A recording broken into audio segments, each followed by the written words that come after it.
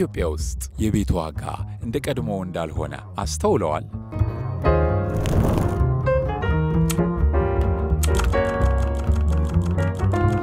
ከጥቂት ዓመታት በፊት በመዲናችን አዲስ አበባ የሪል ስቴት ዋጋ በመጨመር ላይ ነበር። አሁን ላይ ግን የሪል ስቴት አልሚዎች ዋጋው በመቀነሱ ምክንያት ችግር ላይ መሆናቸውን ታዝበናል። በቤቶቹ ላይ ከወትሮ የተለየ የዋጋ ቅናሽ ታይቷል። ያም ቢሆን ግን የገዢዎች ፍላጎትም በሚፈለገው ልክ አለመሆኑ ይነገራል። ለመሆኑ በሪል ስቴት ገበያ ላይ ምን አይነት ለውጦች እየታዩ ነው? የዛሬው ትኩረታችን ነው። አሁን ላይ የታየውን የሪል ስቴት ዋጋ መቀነስ ለመረዳት በመጀመሪያ ደረጃ የኢትዮጵያ የቤት ገበያ እንዴት ውድ እንደነበር መመልከት አለብን። ባለፉት 10 ዓመታት ኢትዮጵያ ፈጣን የከተማ ውስጥ መስፋፋት ወይም ከተሜነት እድገት ታይቷል። ይህን ተከትሎም የመኖሪያ ቤት ፍላጎት በእጅጉ ጨምሯል። ሀብት ያካበቱ የሀገሪቱ ዜጎች፣ ትውልደ ኢትዮጵያውያን ዲያስፖራዎች እንዲሁም የውጭ ሀገር ዜግነት ያላቸው ባለሀብቶች በቅንጡ አፓርታማዎች ላይ ከፍተኛ መዋለ ንዋይ በማፍሰሳቸው ምክንያት እስከ ቅርብ ጊዜ ድረስ የዋጋ ጭማሪዎች ይስተዋሉ ነበር። መንግስትም ዘርፉን ለማበረታታት ከፍተኛ ድጋፎችን ያደርግ ነበር። ይህ ግን የቅርብ ጊዜ ታሪክ የሆነ ነው።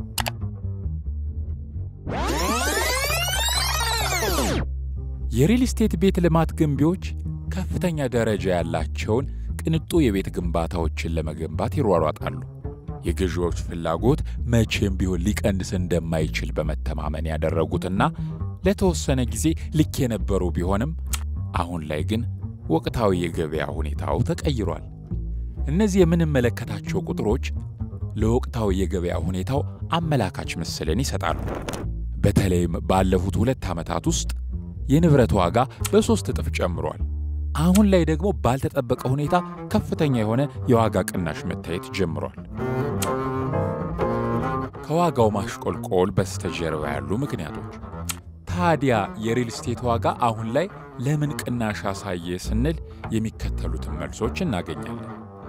በኢኮኖሚው ሴክተር የታዩ ድንገተኛ ማዕበሎች ያስከተሉት የፋይናንስ ጫናና በዘርፉ የተደረጉ ፖሊሲ ለውጦች በዋናነት የሚጠቀሱ ምክንያቶች እንዳሉ ሆነው የመጀመሪያው የዋጋ ንረት ሲሆን የኢትዮጵያ ዓመታዊ የዋጋ ግሽበት ከ30 እስከ 40% ሲሆን የኑሮ ውድነቱ በፍጥነት በመጨመር ላይ እንደሚገኝ አመላካች ነው።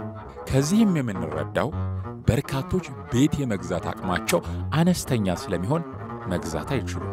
በዚህም ምክንያት የቤት ንብረት ባለቤት ጉዳይ ለብዙዎቹ ሊደረስበት ያልቻለ ሆኗል። ሁለተኛው የመገበያያ ገንዘብ የሆነው ብር ዋጋው መቀነስ ሲሆን ባለፉት ጥቂት ዓመታት የኢትዮጵያ ብር ከ50% በላይ ዋጋ ማጣቱን ጥናቶች ያሳያሉ። ይህ ደግሞ ወትሮም ከውጭ ለሚገቡት የግንባታ ዕቃዎች በእንቅርት ላይ ጆሮ ደግፍ ሆኖ ከፍተኛ ዋጋ እንዲጨምሩ ምክንያት ሆኗቸዋል። በዚህም ምክንያት ገንቢዎች ዋጋ እንዲጨምሩ ሲገደዱ፣ በገዢዎች በኩል ግን ተመሳሳይ ፍላጎት አልታየም። ውጤቱም በርካቶች ሊገዙት ያልቻሉት የቅንጦት ንብረት አቅርቦት ሆኗል። በሦስተኛ ደረጃ ብሔራዊ ባንክ የብድር አስቻይ ሁኔታዎችን ጥብቅ ማድረጉ ብድር ለማግኘት አስቸጋሪ አድርጎታል። ለአብነትም የብድሩ የወለድ ምጣኔ ከ15 በመቶ በላይ በጨመረ ቁጥር ለሪል ስቴት ግዢ ብድር የሚወስዱ ሰዎች ቁጥር አነስተኛ ይሆናል። ይህ ማለት የገዢዎች የቤት ባለቤትነት ፍላጎት ይቀንሳል።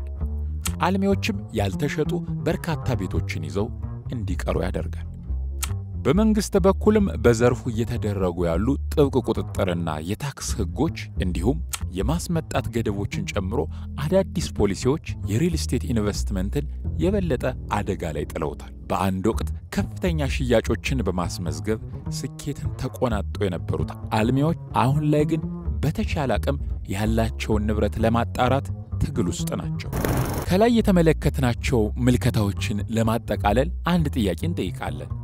ችግሩ ቅንጡ የቤት አፓርታማዎች ላይ ብቻ ነው ወይስ አጠቃላይ የቤቶች ሴክተር ላይ የተፈጠረ ችግር ነው ወይ ስንል መልሱ ተመጣጣኝ የሆኑና ገቢን ያማከሉ የመኖሪያ ቤት አቅርቦት ፍላጎቶች በነዋሪው ዘንድ በከፍተኛ ሁኔታ ያለ ቢሆንም ቤት አልሚዎች ግን በቅንጡ አፓርትመንት ግንባታዎች ትኩረት በማድረጋቸው መካከለኛና ዝቅተኛ ዋጋ ያላቸው ቤቶች እጥረት አጋጥሟል።